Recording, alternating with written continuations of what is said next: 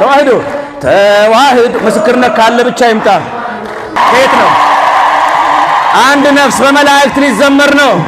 እግዚአብሔር አምላክ ለመላእክት አዲስ ስንኝ አዲስ የግጥም አዝማች መስጠት ነውና ከየት ነው የመጣሽ? ማን ነው ስምሽ? ስሜ መቅደስ አስናቀኝ ነው። ከተመለስኩ 7 ወር አልፎኛል። እሺ ከምን ነበር የተመለሽው? ከፕሮቴስታንት።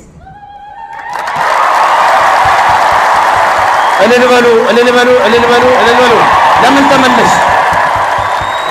የተመለስኩት ያው በወንድሞች አማካኝነት ነው። ስላሴ ነው የሚያገለግሉት። ስማቸው አቤልና የኔሰው እንደገና ያስተማረኝ ዲያቆን አቤ ኪዳነ ምሕረት ቤተክርስቲያን ያለው እግዚአብሔር ይስጠው። ተምረው የሚያስተምሩ ከዚህ የወጡትን የሚመልሱ ወንድሞች አሉ። ትልቅ ምስክርነት ነው። ምዬ ኦርቶዶክስ ተዋህዶ ቤተክርስቲያን ማተብ በጥሳ ሄዳ ነበረ። ማተቧን ከበጠሰችበት ዛሬ ግን በአደባባይ ማተቤን አጥብቄያለሁ ብላ ተመልሳለች። ከእንግዲህ ወደ ኋላ የለም።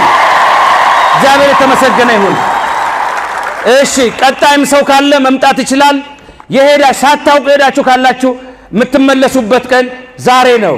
ማህተቤን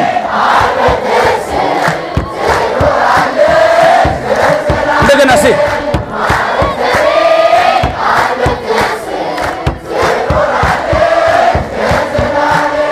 የግብፅን ከተሞች በመግደል ትርገለም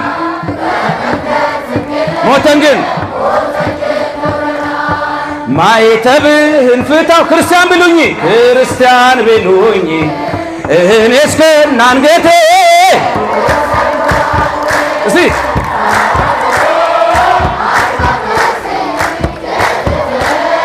የእናትና ማተቤ አልበጥስም።